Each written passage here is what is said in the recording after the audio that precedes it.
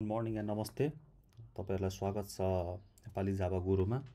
आज चाहिँ म तपाईँहरूलाई के पढाउन गइरहेको छु भन्दाखेरि एसएस मोडिफायर युज्ड इन जाभा। कतिवटा टाइप्सको एसएस मोडिफायरहरू छ।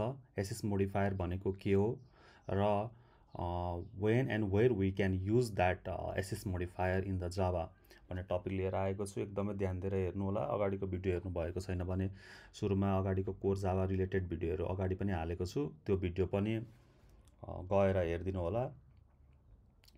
अब म आज चाहिँ एक्सेस मोडिफायर भनेको के हो त, यहाँ अहिले हामीले जुन देखिरहेको छौँ यो पब्लिक भनेर, this is called access modifier या and this is public, this is called access modifier.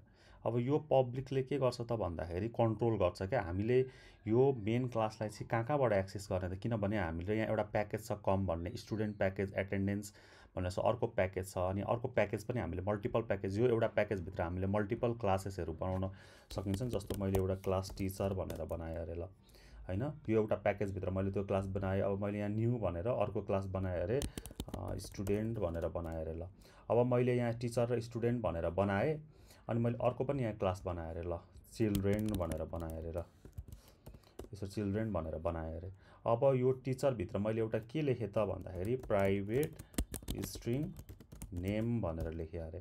अब म त्यो चाहिँ यहाँ चिल्ड्रेनमा गएर त्यो युज गर्छु भन्नको लागि त मैले सुरुमा, अहिले यसमा केही ध्यान नदिनु होला, पहिला access modifier teacher equal to new teacher भनेर गर्छु।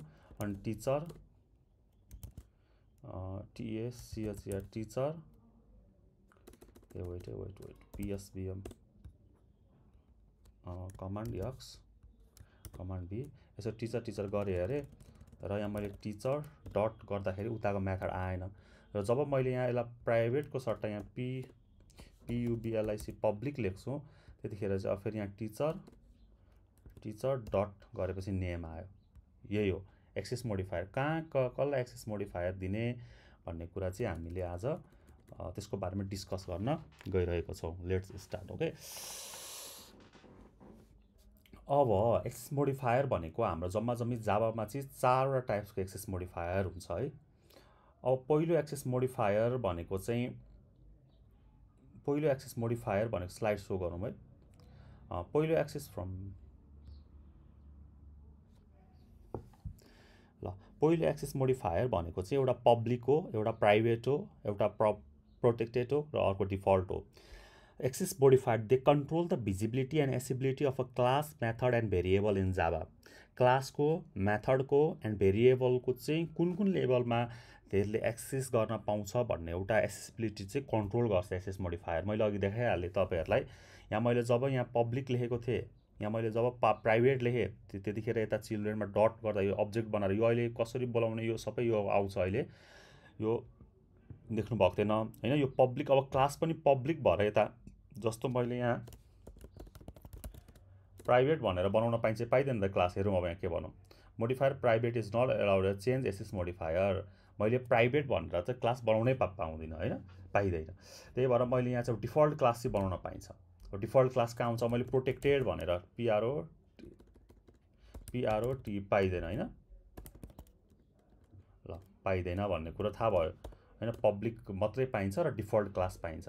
अब यसलाई चाहिँ एसेसिबिलिटी कन्ट्रोल गर्छ क्या हाम्रो। There are 4 types of access modifier, public, private, protected, default. एकदम इम्पोर्टेन्ट छ यो इन्टरभ्यूको लागि चाहिँ। त्यो डिफल्ट भनेको चाहिँ नो मोडिफायर हो। डिफल्ट भनेको चाहिँ यहाँ डिफल्टले लेखिँदैन क्या त्यहाँ होइन, डिफल्ट आफै त्यहाँ केही पनि लेखेन, त्यो डिफल्ट भयो। अब भिजिबिलिटी भनेको चाहिँ एसेसेबल फ्रम एनीवेयर।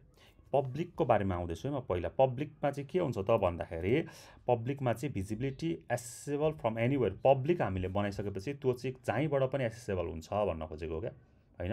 हामीले जहाँसुकै बनाउँथेँ त्यो एसेसेबल हुन्छ, ठिक छ नि। अब यहाँ मैले एसआरसी बनाएँ, अब यहाँ मैले यहाँभित्र पब्लिक भनेर लेखेँ भने पनि त्यसले एसेसेबल गर्छ क्या। जस्तो न्यू गरेँ, जाभा क्लास गरेँ, अनि यहाँ स्टुडेन्ट भन्ने क्लास छ त है, स्टुडेन्ट भन्ने क्लास गरेँ अरे। यहाँ मैले स्टुडेन्ट भन्ने क्लास पब्लिक छ नि। अब मैले यहाँ आएँ अरे, अनि मैले यहाँ टिचरभित्र चाहिँ स्टुडेन्टको बनाएँ अरे, यो अब्जेक्ट एसटियुडिएनटी स्टुडेन्ट पाएँ। मैले जहाँ पनि जे नै एसेबल गर्न पाएँ। जस्तो स्टुडेन्टमा मैले केही नै गरिनँ अरे ल। अब म पाउँछु कि पाउँदिनँ, यता हेरौँ है के भन्यो।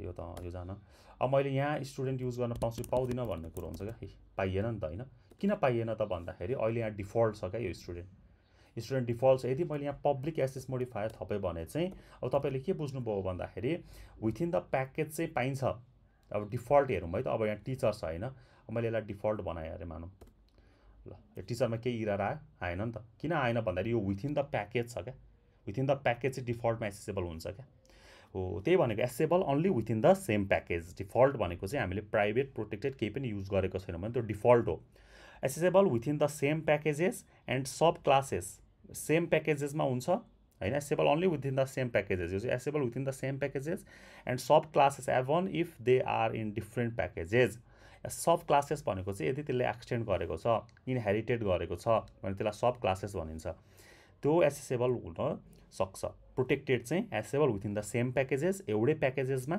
होइन र सब क्लासेस भनेको एक्सटेन्ड गरेको हुनु पऱ्यो यो पनि एउटै प्याकेजमा यो पनि एउटै प्याकेजमा नबिर्सिनु प्रोटेक्टेड र डिफल्ट भनेको एउटै प्याकेजमा हो दुइटै एउटा यता प्रोटेक्टेडमा एक्स्ट्रा भनेको subclasses within the same subclasses and subclass even if they are in different प्याकेजेसमा भएर पनि मतलब भएन छ बुझ्नुभयो नि एउटै प्याकेजमा हुनु पऱ्यो अथवा different packages but subclasses are visibility yes and private भनेको चाहिँ accessible only within the same class एउटै क्लासमा मात्रै एसेसेबल हुन्छ है हामीले केही गऱ्यौँ भने प्राइभेट भनेर यदि हामीले बनायौँ भने चाहिँ यसलाई बाहिर गएर एक्सेस गर्नको लागि सेटर गेटरहरू युज गरिन्छ त्यो बेग्लै कुरा हो होइन तर हामीले चाहिँ अब क्लास लेभलमा प्राइभेट भनेर क्लास बनाउन पाइएन त्यो पनि बेग्लै कुरा हो अब के हुन्छ त भन्दाखेरि यही हो visibility accessible with in the same classes private and protected accessible within the same packages yeah and default accessible only within the same packages यो एकदम स्क्रिनसट गरेर यो लेखेर राख्नु होला अब म नेक्स्ट स्लाइडमा गएँ यहाँ मैले एकदम यो पिक्चर वाइजमा बुझाउन सजिलो हुन्छ पब्लिक चाहिँ सबैतिर क्लास प्याकेज सब क्लास वर्ल्ड होइन प्रोटेक्टेड चाहिँ क्लासमा हुन्छ प्याकेजेसमा हुन्छ सब क्लासेसमा हुन्छ नो डिफल्ट चाहिँ डिफल्ट भनेको चाहिँ क्लासेसमा and within the packages within the same packages and no subclasses and no world and private चाहिँ classes no package no subclass and no world now jump to the next video या why we use different access modifier encapsulation use private to hide internal details inheritance use protected to allow subclass access and reusability using public for यहाँहरुमा यो inheritance को लागि protected use गर्ने inheritance को लागि protected use गर्ने and encapsulation को लागि private use गर्ने and package level control use default for internal package usages अब common mistakes हामीले के गरेर हुन्छौं भन्दाखेरि using public for everything which break encapsulation using हामी जहाँ पनि public use गर्छौं तर त्यसले के गर्छ त भन्दा encapsulation लाई break गर्ने काम गर्छ forgetting to use protected for sub classes हामी protected use गर्दैनौं हैन सब क्लासेस इम्प्लिमेन्ट को लागि चाहिँ protected use गर्नु भनेको छ तर हामी त्यो forget गर्छौं हैन त्यो एउटा सुधार्नु पर्यो and tips always use the most restrictive access modifier possible use getter and setter for private variables getter and setter चाहिँ private variables access गर्नको लागि चाहिँ हामीले getter र setter मेथड युज गर्न सक्छौं हस् त धन्यवाद एकदम मजाले बुझ्नुभयो होला भन्ने आशा गर्दछु ल हस् त भिडियो मन परे लाइक गरिदिनु होला सब्स्क्राइब गरिदिनु होला एन्ड शेयर बटन थिच्न नबिर्सिनु होला हस् त धन्यवाद जय नेपाल नेपाली जावा गुरु